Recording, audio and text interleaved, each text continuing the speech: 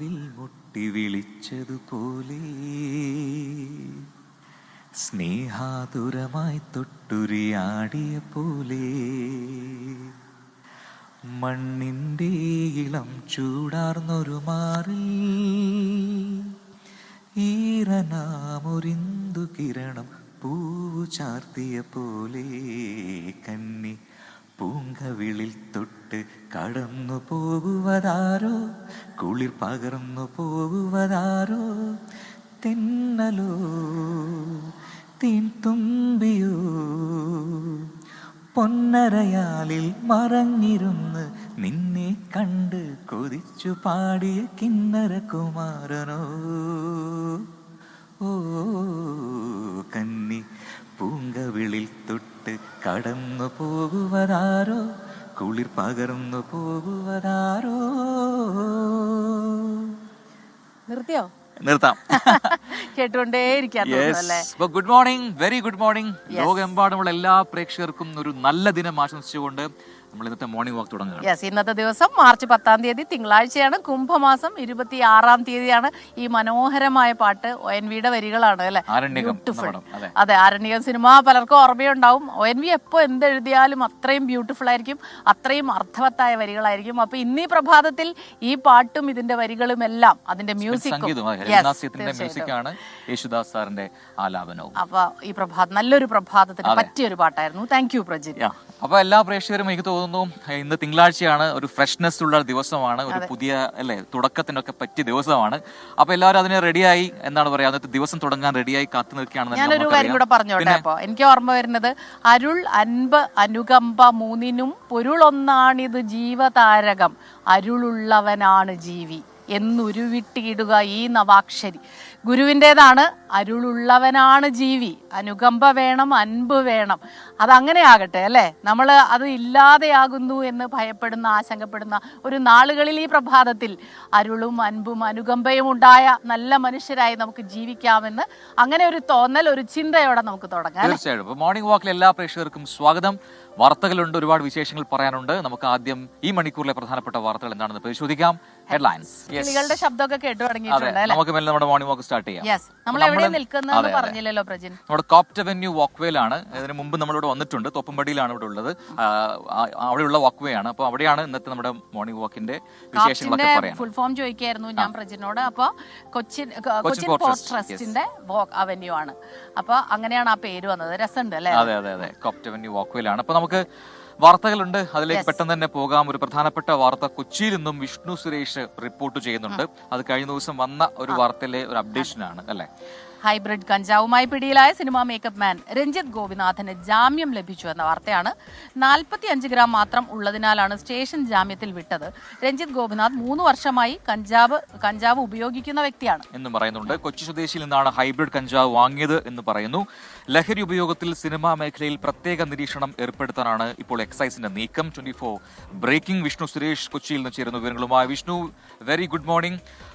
നമുക്ക് അറിയേണ്ടത്, ഈ സിനിമാ മേഖലയിലെ കഴിഞ്ഞ കുറേ ദിവസങ്ങളായി കേൾക്കുന്ന വാർത്തയാണ്, സിനിമാ മേഖലയിൽ ലഹരി ഉപയോഗം വർദ്ധിക്കുന്നുണ്ട് എന്ന എക്സൈസിന്റെ റിപ്പോർട്ടുകൾ വന്നിരുന്നു. അതുകൊണ്ട് തന്നെ ചില ആൾക്കാരെ കേന്ദ്രീകരിച്ച് അന്വേഷണം നടത്തുന്നു. അതിൽ ഗായകരുണ്ട്, നടന്മാരുണ്ട് എന്നൊക്കെയുള്ള വിവരങ്ങൾ പുറത്തു വന്നിരുന്നു. കഴിഞ്ഞ ദിവസമാണ് മേക്കപ്പ് മാൻ ഇതുപോലെ ഒരു ഹൈബ്രിഡ് കഞ്ചാവുമായി പിടിയിലാവുന്നത്. എന്താണ് ഇത് സംബന്ധിച്ച് എക്സൈസ് നൽകുന്ന ഒരു വിവരം? ഈ ജാമ്യം എന്തുകൊണ്ട് ലഭിച്ചു? ഒപ്പം തന്നെ അതിന് പിന്നിലുള്ള മറ്റ് കണ്ണികൾ, അതിനെക്കുറിച്ചുള്ള അന്വേഷണം എങ്ങനെ പോകും?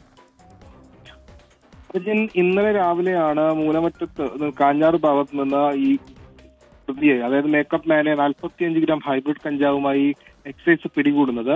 ഇന്നലെ വൈകിട്ടോടുകൂടി അയാൾക്ക് സ്റ്റേഷൻ ജാമ്യം ലഭിച്ചു എന്നാണ് നമ്മൾ മനസ്സിലാക്കുന്നത്. പ്രത്യേകിച്ച് 45 ഗ്രാം മാത്രമുള്ളതിനാൽ സ്റ്റേഷൻ ജാമ്യം ലഭിച്ചത്. 50 ഗ്രാം ഹൈബ്രിഡ് കഞ്ചാവ് ഇയാൾ വാങ്ങി എന്നാണ് പോലീസ് എക്സൈസിൽ നിന്ന് ലഭിക്കുന്ന വിവരം. കൊച്ചി സ്വദേശിയിൽ നിന്നാണ് വാങ്ങിയത്.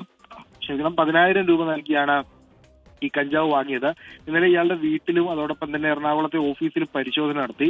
ഇവിടെ നിന്നും ഈ കഞ്ചാവിന്റെ അവശിഷ്ടങ്ങളും തണ്ടുകളും വിത്തും ഒക്കെ കണ്ടെത്തിയിരുന്നു. ആരാണ് ഇയാൾക്ക് കഞ്ചാവ് നൽകിയത് എന്നുള്ളതുമായി ബന്ധപ്പെട്ടൊരു സൂചന എക്സൈസിന് ലഭിച്ചിട്ടുണ്ട്. വിശദമായി ഇയാളെ കൂടി അറസ്റ്റ് ചെയ്ത് ബാക്കി അന്വേഷണം തുടരാനാണ് നിലവിൽ എക്സൈസ് സംഘത്തിന്റെ നീക്കം. ഇന്നലെ വൈകിട്ടോടുകൂടിയാണ് രഞ്ജിത്ത് ഗോപിനാഥിന് സ്റ്റേഷൻ ജാമ്യം ലഭിച്ചത്. ഇനി സിനിമാ മേഖലയിൽ ഈ ലഹരി ഉപയോഗവുമായി ബന്ധപ്പെട്ട് ചില കാര്യങ്ങൾ നടക്കുന്നുണ്ട് എന്ന് എന്നൊരു വിലയിരുത്തൽ എക്സൈസിനുണ്ട്.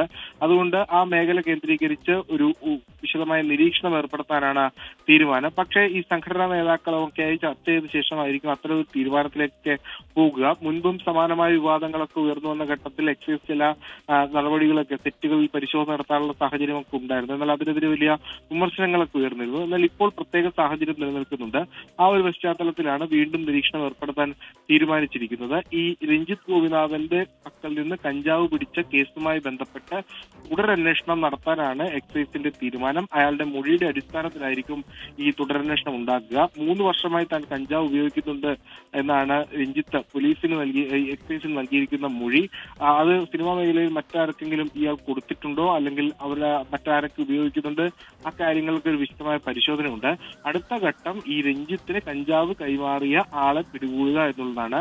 അയാൾ കൊച്ചി സ്വദേശിയാണ്. ഇന്നലെ അയാളെ കേന്ദ്രീകരിച്ച് ചില അന്വേഷണമൊക്കെ നടത്തിയെങ്കിലും പിടികൂടാനായില്ല. എന്നാൽ പെട്ടെന്ന് തന്നെ അയാളെ പിടികൂടാനാകും എന്നൊരു പ്രതീക്ഷയാണ് എക്സൈസ് പങ്കുവെക്കുന്നത്. ഇയാൾ മറ്റു സിനിമാ മേഖലയിലെ സ്ഥിരമായി ഇത്തരത്തിൽ ആളുകൾക്ക് കഞ്ചാവ് കൈമാറുന്ന ആളാണോ എന്നൊരു സംശയവും നിലവിൽ എക്സൈസിനുണ്ട്. യെസ്, വിഷ്ണു സുരേഷാണ് വിശദാംശങ്ങൾ നൽകിയത്. ഈ സിനിമാ മേഖലയിലെ ലഹരി ഉപയോഗം, അതിന്റെ കണ്ണികൾ, അതൊക്കെ വലിയ കണ്ണികളാണ് എന്ന് വാർത്തകളുണ്ട്, റിപ്പോർട്ടുകളുണ്ട്. അപ്പൊ അതിൽ കൃത്യമായൊരു ശക്തമായ പരിശോധന വേണം. ഈ 44 ഗ്രാം മാത്രമായതുകൊണ്ട് ജാമ്യം ലഭിച്ചു എന്ന് പറയുമ്പോഴേ അപ്പൊ അവരവർക്ക് ഉപയോഗിക്കാൻ, അത് ഏതെല്ലാം തരത്തിലുള്ള, ഇപ്പൊ കഞ്ചാവാണെങ്കിലും ഉപയോഗിക്കാം എന്നുള്ള ഒരു ഇതുണ്ടോ? അങ്ങനെയുണ്ടോ? കൈവശം പാടില്ല അങ്ങനെയല്ല, ജാമ്യം ലഭിക്കാവുന്ന കുറ്റമാണ് എന്നുള്ളതേ. എനിക്ക് അതുപോലെ മറ്റൊരു സംശയം കൂടി ഉണ്ട് രജനി. എന്താണ് ഈ ഹൈബ്രിഡ് കഞ്ചാവ്? അറിയോ? എനിക്ക് വ്യക്തമായ ധാരണ ഇല്ലെങ്കിൽ ഞാൻ മനസ്സിലാക്കുന്നത് പുതിയ രീതിയിലുള്ള അതെ മിക്സ് ആണെന്ന് എനിക്ക് തോന്നുന്നു. വലിയ ധാരണ ചോദിക്കാനുള്ള കാരണം എന്താ വെച്ചാല് ഇതിപ്പോ എല്ലാവർക്കും അറിയാം. പക്ഷെ ഇത് ഉപയോഗിക്കരുത്, അതുപോലെ ഇത് വിൽപ്പന നടത്തരുത്, കൈവശം വയ്ക്കരുത്, ഇതൊക്കെ എല്ലാവർക്കും അറിയാവുന്നതാണ്. അത് കുറ്റകരമാണ്. എന്നിട്ടും ചെയ്തുകൊണ്ടിരിക്കുന്നു. പലരും ഇതിനിരയാകുന്നു. ഓരോ ദിവസവും അക്രമങ്ങളുടെ വാർത്തകൾ വരുമ്പോൾ ഇതിനൊക്കെ പിന്നിൽ ഏറ്റവും പ്രധാനപ്പെട്ട വില്ലൻ എന്ന് പറയുന്നത് ഇങ്ങനെയുള്ള മയക്കുമരുന്നുകളും രാസലഹരിയും ഒക്കെയാണ്. ഉപയോഗിക്കാതിരിക്കാം നമുക്ക്. തീർച്ചയായിട്ടും. അത് എത്രയോ പറയുന്നത് പോലെ ഒരു വലിയ ശൃംഖലയുണ്ട്. അവരുടെ നിരാളിപ്പെടുത്തലാണ് നമ്മുടെ യുവാക്കളും കുട്ടികളും എന്നുള്ളത് നമ്മളെ അസ്വസ്ഥപ്പെടുത്തുന്നുണ്ട്. എന്തായാലും അതിൽ കൃത്യമായ ഒരു ആക്ഷൻ പോലീസിന്റെയും എക്സൈസിന്റെയും ഒക്കെ ഭാഗത്തുണ്ടാവണം. അതിന്റെ ഏറ്റവും വലിയൊരു ദുരന്തത്തിന്റെ വാർത്തയിലേക്കാണ് നമ്മൾ ഇനി പോകുന്നത്. അതിന്റെ ഒരു അപ്ഡേഷനിലേക്കാണ് പോകുന്നത്. കോളേജ് ക്യാമ്പസുകളിലെ ലഹരി വ്യാപനത്തിന് തടയിടാൻ ഗവർണർ വിളിച്ച VC-മാരുടെ യോഗം ഇന്നുണ്ട്. നമുക്ക് ഞാൻ പറഞ്ഞ വാർത്ത കോഴിക്കോട് താമരശ്ശേരിയിലല്ലേ? അതെ, താമരശ്ശേരിയിൽ ലഹരി മരുന്ന് വിഴുങ്ങി മരിച്ച ഷാനിബുമായി അടുപ്പമുള്ളവരുടെ മൊഴി അന്വേഷണ സംഘം ഇന്ന് രേഖപ്പെടുത്തും. ഷാനിദിന്റെ കൈവശം ലഹരി മരുന്ന് എങ്ങനെ എത്തി എന്ന് കണ്ടെത്തുക, അതാണ് ലക്ഷ്യം. 2 ടീമായി തിരിഞ്ഞാണ് അന്വേഷണം. NDPS കേസ് നർക്കോട്ടിക് ഡിവൈഎസ്പിയും ഷാനിദിന്റെ മരണം പേരാമ്പ്ര ഡിവൈഎസ്പിയുമാണ് അന്വേഷിക്കുന്നത്. അതേസമയം ലഹരി ഇടപാടുമായി ബന്ധപ്പെട്ട് ഷാനിദ് നേരത്തെ തന്നെ പോലീസിന്റെ നിരീക്ഷണത്തിലുള്ള ആളായിരുന്നു എന്നാണ് അന്വേഷണ സംഘം നൽകുന്ന വിവരം. ഈ രീതിയിൽ ലഹരിയുമായി ബന്ധപ്പെട്ട് ഒരു ജീവൻ കൂടി സംസ്ഥാനത്ത് പൊലിയുന്നു എന്നുള്ളതാണ്. അത് പോലീസിനെ കണ്ട്, എക്സൈസിനെ കണ്ട് ഭയന്ന് ഓടുന്നതിനിടെ ഇത് പാക്കറ്റിലുള്ള 2 പാക്കറ്റ് ഷാനിദ് വിഴുങ്ങുന്നു. അത് പിന്നീട് പോലീസിനോട് വെളിപ്പെടുത്തുന്നു. പോലീസ് അറസ്റ്റ് ചെയ്ത് അല്ലെങ്കിൽ പിടിയിലായ ശേഷം ഷാനിദിന്റെ വിഷ്വൽസ് ഒക്കെ നമ്മൾ കണ്ടതാണ്. ആ സമയത്ത് നിൽക്കുകയാണ് ആള്. പിന്നീടാണ് ഇത് ഇപ്പം പോസ്റ്റ്മോർട്ടം റിപ്പോർട്ടിൽ പറയുന്നത് ഈ വയറ്റിനകത്ത് ചെന്ന ശേഷം ഇത് പൊട്ടിപ്പോയി. ഈ ചെറിയ പീസ് ഓഫ് ഒരു ബോക്സ് അല്ല, കവർ, ആ കവർ അകത്ത് വെച്ച് പൊട്ടിപ്പോയി. അപ്പോഴാണ് ഇത് ശരീരത്തോട് ചേർന്നത്. അതാണ് മരണകാരണം. നമ്മുടെ ആരോഗ്യത്തിന് പറ്റാത്തൊരു സാധനമാണെന്ന് ഇതിൽ നിന്ന് അറിയാലേ. അപ്പോൾ ഇത്തരം വാർത്തകൾ വരുമ്പോഴെങ്കിലും നിങ്ങൾ ഈ ഉപയോഗിക്കുന്നവര്, ഇതിന് അഡിക്റ്റഡ് ആയവര് ഹെൽപ്പ് എടുക്കണമെങ്കിൽ എടുക്കണം, തുറന്നു പറയണമെങ്കിൽ പറയണം. എനിക്കതാണ് പറയാനുള്ളത്. ഉപയോഗിച്ചു പോയി, അഡിക്റ്റഡ് ആയി പോയി, അതിൻ്റെ നിസ്സഹായതയിൽ കഴിയേണ്ട ആവശ്യമൊന്നുമില്ല. ഒരുപാട് നമുക്കിങ്ങനെ സഹായിക്കാൻ വിദഗ്ധരായ ഡോക്ടേഴ്സ് ഉണ്ട്, കൗൺസിൽ ചെയ്യാനുള്ള ആളുകളുണ്ട്, ഒപ്പം ഡി അഡിക്ഷൻ സെന്ററുകളുണ്ട്. വളരെ കൃത്യമായിട്ട് തന്നെ ഇതിൽ നിന്നൊക്കെ പുറത്തു കടക്കാവുന്നതേ ഉള്ളൂ. ഇനിയും വൈകിട്ടില്ല. ഇനി അടുത്തൊരു വാർത്തയിലേക്ക് നേരത്തെ ഞാൻ തുടങ്ങി വെച്ച വാർത്തയാണത്. ഈ കോളേജ് ക്യാമ്പസുകളിലെ ലഹരി വ്യാപനത്തിന് തടയിടാൻ ഗവർണർ വിളിച്ച VC-മാരുടെ യോഗവും ഇന്ന് നടക്കുന്നുണ്ട്. അപ്പോൾ പല രീതികളിൽ പല കോണുകളിൽ നിന്നുള്ള ഒരു കൂട്ടായ ശ്രമങ്ങൾ നടക്കുന്നു എന്നുള്ളത് ശ്ലാഘനീയം തന്നെയാണ്. സംസ്ഥാനത്തെ എല്ലാ സർവകലാശാല വൈസ് ചാൻസലർമാരോടും യോഗത്തിൽ പങ്കെടുക്കാൻ ഗവർണർ നിർദ്ദേശിച്ചിട്ടുണ്ട്. ഉച്ചയ്ക്ക് ശേഷം 2 മണിക്ക് രാജ്ഭവനിലാണ് യോഗം. ലഹരി ഭീഷണിയെ എങ്ങനെ നേരിടാം എന്ന യോഗം ചർച്ച ചെയ്യും. ഗവർണർ രാജേന്ദ്ര ആർലേക്കർ ഗവർണർ ആയതിനു ശേഷം ആദ്യമായാണ് സർവകലാശാല വിഷയത്തിൽ ഇങ്ങനെ നേരിട്ട് ഇടപെടുന്നത്. അതൊരു നല്ല കോസിനാണ് എന്നുള്ളത് സന്തോഷകരമായ കാര്യമാണ്. നമ്മുടെ യൂട്യൂബിൽ ഒരുപാട് പേര് ഹാജരായിട്ടുണ്ട്. നമ്മുടെ സ്ഥിരം പ്രേക്ഷകരുണ്ട്, അല്ലാത്തവരുണ്ട്. എല്ലാവർക്കും ഗുഡ് മോർണിംഗ്. ഒരുപാട് പേര് ഗുഡ് മോർണിംഗ് അയക്കുന്നുണ്ട്. ഒരു നല്ല തിങ്കളാഴ്ച എല്ലാവർക്കും. അതെ, ക്രിസ്റ്റിനെ ചോദിക്കുന്നുണ്ട് എല്ലാവരും. ഇന്ന് ഞാനും പ്രജിനുമാണ്. നിങ്ങൾ സഹിച്ചേ പറ്റൂ. അതെ, അമേരിക്കയിലേക്ക് ക്രിസ്ത്യൻ ചെറിയ പോയെന്നൊക്കെ ചോദിക്കുന്ന അതെ അതെ അതെ, ഒന്നുമില്ല. പോയി അതെ അതെ, നോക്കാം. നമുക്ക് പക്ഷെ ഇപ്പൊ എന്തായാലും അമേരിക്കയിലേക്കല്ല, അടുത്ത സ്ഥലം കാനഡയിലേക്ക് ഒന്ന് പോയാലോ? കാനഡയിൽ ആരാകും പ്രധാനമന്ത്രി എന്നുള്ള ഒരു ചോദ്യം ഉണ്ട് അല്ലെ. ഒക്ടോബറിലാണ് തെരഞ്ഞെടുപ്പ് നടക്കുന്നത്. അപ്പൊ അതുവരെ ആരുണ്ടാകും എന്നുള്ള ചോദ്യത്തിന് ഉത്തരമായിരിക്കുന്നു. ജസ്റ്റിൻ ട്രൂഡോയ്ക്ക് പകരക്കാരനായി മാർക്ക് കാർണി കാനഡയുടെ പ്രധാനമന്ത്രിയാകും. ഒക്ടോബർ 20 പൊതുതെരഞ്ഞെടുപ്പ് നടക്കുന്നത് വരെയാണ് ഈ കാലാവധി. ലിബറൽ പാർട്ടി തെരഞ്ഞെടുപ്പിൽ മുൻ ധനമന്ത്രി ക്രിസ്റ്റിയ ഫ്രീലൻഡിനെ കാർണി പരാജയപ്പെടുത്തി. 86% വോട്ടുകളാണ് 59-കാരനായ മാർക്ക് കാർണി നേടിയത്. മെറിൻ ചാക്കോയാണ് നാഷണൽ ന്യൂസ് ഡെസ്കിൽ നിന്നും വിവരങ്ങളുമായി ചേരുന്നത്. മെറിൻ, കാനഡയിലെ രാഷ്ട്രീയ സാഹചര്യം അത് കുറെ നാളുകളായി അറിയുന്നതാണ്. ഇപ്പോൾ ട്രൂഡോയ്ക്ക് പകരക്കാരനായി ആ സ്ഥാനത്തേക്ക് പുതിയൊരാൾ എത്തുന്നു എന്നുള്ളതാണ്. എന്താണ് അവിടുത്തെ രാഷ്ട്രീയ സാഹചര്യം? ഏറ്റവും പ്രധാനം എനിക്ക് തോന്നുന്നു അമേരിക്കയുമായുള്ള ബന്ധം, ട്രംപിന്റെ പുതിയ നിലപാടുകൾ. Good morning Smitha and Prajin. കാനഡയിൽ പുതിയ പ്രധാനമന്ത്രി, അതായത് മാർക്ക് കാർണി പുതിയ പ്രധാനമന്ത്രിയായി വരുന്നു. 59-കാരനായ മാർക്ക് കാർണിയാണ് ജസ്റ്റിൻ ട്രൂഡോയ്ക്ക് പകരക്കാരനായി ലിബറൽ പാർട്ടി ഇപ്പോൾ തെരഞ്ഞെടുത്തിരിക്കുന്നത്. മുൻ ധനമന്ത്രി ക്രിസ്റ്റിയ ഫ്രീലാൻഡിനെ 86% വോട്ടുകൾക്ക് പരാജയപ്പെടുത്തിയാണ് 59-കാരനായ മാർക്ക് കാർണി ഇപ്പോൾ കാനഡയുടെ പ്രധാനമന്ത്രിയായി ചുമതലയേൽക്കാൻ പോകുന്നത്. പൊതു തെരഞ്ഞെടുപ്പ് നടക്കുന്ന ഒക്ടോബർ 20 വരെയാകും മാർക്ക് കാർണിയുടെ കാലാവധി. അതിനുശേഷമായിരിക്കും രാജ്യം പൊതു തെരഞ്ഞെടുപ്പിലേക്ക് നീങ്ങുക. അതിനു മുമ്പ് തന്നെ ഒക്ടോബർ 20 മുമ്പ് തന്നെ തെരഞ്ഞെടുപ്പ് പ്രഖ്യാപിക്കുമെന്ന റിപ്പോർട്ടുകളും വരുന്നുണ്ട്. നേരത്തെ തന്നെ ഇപ്പോൾ ഏറ്റവും പ്രധാനമായ ഒരു കാര്യം എന്ന് പറയുന്നത് അമേരിക്കയുമായുള്ള ബന്ധം വഷളായതിന് ആ ഒരു സാഹചര്യമാണുള്ളത്. കാനഡ അമേരിക്ക ബന്ധം വഷളായ ഒരു സാഹചര്യത്തിൽ തന്നെയാണ് ഇപ്പോൾ മാർക്ക് കാർണി പ്രധാനമന്ത്രിയുടെ പദവിയിലേക്ക് വരുന്നത്. എന്തായാലും നേരത്തെ തന്നെ അമേരിക്കൻ പ്രസിഡന്റ് ഡൊണാൾഡ് ട്രംപ് പ്രഖ്യാപിച്ചിരുന്നു കാനഡിയൻ ഉൽപ്പന്നങ്ങൾക്ക് 25% തീരുവ ചുമത്തുമെന്നും അമേരിക്കയുടെ 51ാമത്തെ സ്റ്റേറ്റ് ആയിരിക്കും കാനഡ എന്നും അദ്ദേഹം പ്രഖ്യാപിച്ചിരുന്നു. ഇതിനുള്ളൊരു മറുപടി തന്നെയാണ് ഇപ്പോൾ മാർക്ക് കാർണി നൽകുന്നത്. കാനഡ എപ്പോഴും കാനഡ തന്നെയാണ്. അതൊരിക്കലും ഒരു തരത്തിലും കാനഡയ്ക്ക് അമേരിക്കയുടെ ഭാഗമാകാൻ കഴിയില്ല. അമേരിക്കയ്ക്കെതിരായ തിരുവ നടപടികൾ തുടരുമെന്ന് തന്നെയാണ് ഇപ്പോൾ മാർക്ക് കാർണി വ്യക്തമാക്കിയിരിക്കുന്നത്. നേരത്തെ അദ്ദേഹം ബാങ്ക് ഓഫ് ഇംഗ്ലണ്ടിൻ്റെയും അതുപോലെ തന്നെ ബാങ്ക് ഓഫ് കാനഡയുടെയും ഗവർണറായി സേവനം അനുഷ്ഠിച്ചിട്ടുണ്ട്. എന്തായാലും കാനഡയിൽ ഒരു പുതിയ, അതായത് ലിബറൽ പാർട്ടി തന്നെ ഒരു പുതിയ നേതാവിനെ തെരഞ്ഞെടുത്തിരിക്കുന്നു. മാർക്ക് കാർണി 59-കാരനായ മാർക്ക് കാർണിയാണ് ഇപ്പോൾ കാനഡയുടെ പ്രധാനമന്ത്രി പദത്തിലേക്ക് വരുന്നത്. എന്തായാലും നേരത്തെ തന്നെ ഈ മാർക്ക് കാർണി ഡൊണാൾഡ് ട്രംപിനെ വിമർശനങ്ങളെല്ലാം തന്നെ വാർത്തകളിൽ നിറഞ്ഞിരുന്നു. അദ്ദേഹം ഹാരി പോട്ടർ സിനിമകളിലെയും ബുക്കുകളിലെയും കണ്ടുവരുന്ന വോൾഡിമോർട്ട് എന്ന കഥാപാത്രവുമായിട്ടാണ് അദ്ദേഹം ഡൊണാൾഡ് ട്രംപിനെ വിശേഷിപ്പിച്ചത്. ഇത്തരത്തിൽ വീണ്ടും ഒരു പുതിയൊരു അധ്യായത്തിലേക്ക്, അല്ലെങ്കിൽ കാനഡ അമേരിക്ക വ്യാപാര യുദ്ധത്തിന്റെ അല്ലെങ്കിൽ തീരുവ യുദ്ധത്തിന്റെ പുതിയൊരു അധ്യായത്തിനാകും ഇനിയൊരു കാലം, അതായത് മാർക്ക് കാർണിയുടെ കാലം ചരിത്രത്തിൽ രേഖപ്പെടുത്തുക. ക്രിസ്റ്റീന. അതുതന്നെയാണ്. ഓരോ നേതാക്കൾ മാറും തോറും നമ്മൾ ഒരുപാട് പ്രതീക്ഷകളിലായിരിക്കും. മെറിൻ മേരി ചാക്കോയാണ് കൂടുതൽ വിവരങ്ങൾ. നമുക്ക് കാനഡയിലെ പ്രധാനമന്ത്രി വരുമ്പോൾ എന്താകും അവരുടെ ഒരു നടപടികൾ, പിന്നെ സ്വാഭാവികമായിട്ടും അമേരിക്കയുമായുള്ള ഇപ്പോൾ ട്രംപ് വന്നതിന് ശേഷമുള്ള പുതിയ നയങ്ങൾ, അതിനോട് എങ്ങനെയായിരിക്കും പ്രതികരിക്കുക എന്നുള്ളത് തന്നെ ഏറ്റവും പ്രധാനപ്പെട്ട വിഷയമാകും. അത് തന്നെയാണ് എല്ലാവരും ഉറ്റുനോക്കുന്നത്. അതെ, എനിക്ക് തോന്നുന്നു ആദ്യത്തെ ചില പരാമർശങ്ങൾ വന്നു കഴിഞ്ഞിട്ടുണ്ട്. കാനഡ എന്നും കാനഡ തന്നെ നിലനിൽക്കും, അമേരിക്കയുടെ ഭാഗമാകില്ല എന്ന് പ്രഖ്യാപിക്കുകയാണ്. അത് നന്നായല്ലേ? ഞാൻ ആലോചിക്കുന്നത് നമ്മുടെ മീനു ചേലാടന്റെ കാര്യം എന്താവുന്ന. അവള് കാനഡയ്ക്ക് പോയത് അവിടെ ട്രൂഡോ ഉണ്ടെന്ന് പറഞ്ഞു. ട്രൂഡോ, ഞങ്ങളുടെ ട്രൂഡോ ചേട്ടൻ, ഹീസ് വെരി ഹാൻസം. പക്ഷേ ട്രൂഡോ അവിടെ തന്നെ ഉണ്ടല്ലോ. ട്രൂഡോ പ്രധാനമന്ത്രി പദത്തിൽ മാറുന്നേ ഉള്ളൂ. അത് കുഴപ്പമില്ല മീനു. അങ്ങനെ അപ്പൊ നമ്മുടെ ഒരുപാട് പ്രേക്ഷകരുടെ സന്ദേശങ്ങൾ വരുന്നുണ്ട്. വളരെ പെട്ടെന്ന് കുറച്ച് വായിക്കാൻ തോന്നുന്നു അല്ലേ? എല്ലാവരും ഗുഡ് മോർണിംഗ് നേരത്തെ പറയുന്നുണ്ടല്ലോ, തിരിച്ചങ്ങോട്ടും ഗുഡ് മോർണിംഗ് പറയാണ്. സ്പെഷ്യലായിട്ട് എനിക്ക് തോന്നുന്നു ഈ പാട്ടിൽ തുടങ്ങിയതിനെ കുറിച്ച് കുറെ നെഗറ്റീവ് കമന്റ്സ് കണ്ടു. അതായത് ഈ പാട്ട് സ്കിപ്പ് ചെയ്യാനുള്ള ഓപ്ഷൻ വേണം 24 എന്ന് പറയുന്നുണ്ട്, ഒന്നാമതുണ്ട്. പിന്നെ എന്താണ്, തുടക്കത്തിലെ കുളമാക്കല്ലേ എന്ന് പറഞ്ഞ ആൾക്കാരുമുണ്ട്. ശ്രദ്ധിക്കാം, നമുക്ക് പാട്ട് വേണമെങ്കിൽ നമുക്ക് ഒഴിവാക്കാം തുടക്കത്തിൽ. പക്ഷെ ആ സിനിമയിലെ തന്നെ വേറൊരു പാട്ടില്ലേ, ഒളിച്ചിരിക്കാൻ വള്ളിക്കുടിയിൽ, നമ്മൾ അവിടെ നിന്നപ്പോഴാന്ന് തോന്നുന്നു അങ്ങനെ ഒരു ആരോ കമന്റ് ചെയ്തിട്ടുണ്ട്, ആ പാട്ട് പാടായിരുന്നു എന്ന് പറഞ്ഞിട്ട്. അപ്പൊ നമ്മള് എന്താണ്, നെഗറ്റീവ് കമന്റ്സ് നിങ്ങൾ വായിക്കില്ല എന്നുള്ള പരാതി മാറ്റിയാണ്, അതെല്ലാം നമ്മൾ വായിക്കും കേട്ടോ. നല്ല മെസ്സേജസ് ഉണ്ട്. പ്രജിൻ എവിടെയാണ് ഇടയ്ക്കിടയ്ക്ക് മുങ്ങുന്നതെന്ന് ചോദിക്കുന്നു.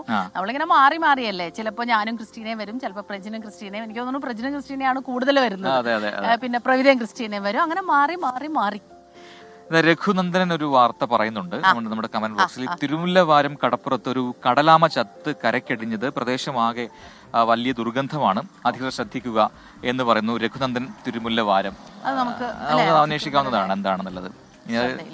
ഓക്കെ. പിന്നെ ഗ്രഹവൈദ്യം എന്ന് പറയുന്നൊരു ഐഡിയ എന്ന് കമന്റ്. പ്രജിൻ സ്മിത ശുഭദിനം. ആ കുരിശ് കൃഷിയുടെ വിവരം ഒന്ന് പറയണേ എന്ന് പറയുന്നു. അത് പറയുമല്ലോ കുറച്ചുകൊണ്ട് പറയും. അപ്പോൾ അങ്ങനെ ഒരുപാട് കമന്റുകൾ എഴുതുന്നുണ്ട്. നമുക്ക് അതിലേക്കൊക്കെ വരാം. അതിനു മുമ്പ് നല്ല ദൃശ്യം ഇവിടെ നമുക്ക് കിട്ടുന്നുണ്ട്. അതായത് നമ്മൾ നേരത്തെ പറഞ്ഞല്ലോ ഈ തൊപ്പുംപടിയിലുള്ള കോപ്റ്റ് അവന്യൂ വാക്ക്വേയിലാണ് നമ്മളുള്ളത്. ഇതിന്റെ ഒരു ഭാഗത്ത് റോഡാണ്, ഹൈവേ ആണ്. മറുഭാഗത്ത് നമ്മുടെ ഇടത് ഭാഗത്ത് നല്ല ഈ കായലിന്റെ ദൃശ്യങ്ങൾ കാണാം. ഇപ്പൊ ഈ പ്രഭാതത്തിൽ തന്നെ അവിടെ മീൻ പിടിക്കാൻ പോകുന്ന കുറെ ആൾക്കാരെ കാണാം. അതൊക്കെ കണ്ടാണ് നമ്മൾ നടക്കുന്നത്. വലതുഭാഗത്ത് വന്നു കഴിഞ്ഞാൽ വളരെ തിരക്കേറിയ റോഡാണ്. അങ്ങോട്ടും ഇങ്ങോട്ടും കുണ്ടന്നൂരിൽ നിന്ന് തോപ്പുംപടിയിലേക്ക് വരുന്ന റോഡാണ്. അപ്പൊ അങ്ങനെ നല്ല തിരക്കുണ്ട്. ഒരുപാട് പേര് ഇവിടെ നടക്കാൻ ഇറങ്ങിയിട്ടുണ്ട്. നമ്മുടെ ക്യാമറയുടെ അടുത്തില്ലെന്നേ ഉള്ളൂ. അവരെല്ലാം നമ്മൾ കാണിക്കാം. നമുക്ക് അടുത്ത വാർത്തയിലേക്ക് പോകാം അല്ലെ. മേഘന മുരളി തയ്യാറായി തിരുവനന്തപുരത്ത് നിൽക്കുന്നുണ്ട് വാർത്ത നൽകാനായിട്ട്. നിയമസഭാ സമ്മേളനം ഇന്ന് പുനരാരംഭിക്കുകയാണ്. വിവിധ ക്ഷേമനിധി ബോർഡുകളിലെ കുടിശ്ശിക പ്രതിപക്ഷം സഭയിൽ ഉന്നയിക്കും എന്നാണ് അറിയാൻ കഴിയുന്നത്. ഇത് ഈ കുടിശ്ശിക ഇങ്ങനെ വന്നതുകൊണ്ട് ക്ഷേമ പ്രവർത്തനങ്ങൾ തടസ്സപ്പെട്ടു എന്ന് കാട്ടി അടിയന്തര പ്രമേയത്തിന് നോട്ടീസ് നൽകാനാണ് ഇപ്പോഴത്തെ തീരുമാനം. എം വിൻസെന്റ് MLA ആകും നോട്ടീസ് നൽകുക. മേഘന മുരളിയാണ് ചേരുന്നത്. മേഘന, good morning. Very good morning. അപ്പൊ പറയൂ, നിയമസഭയിൽ ഇന്ന് അടിയന്തര പ്രമേയം, അത് ഏത് രീതിയിലാകും കാര്യങ്ങൾ അവതരിപ്പിക്കുക? വലിയ പ്രശ്നങ്ങൾക്ക് സാധ്യതയുണ്ടോ?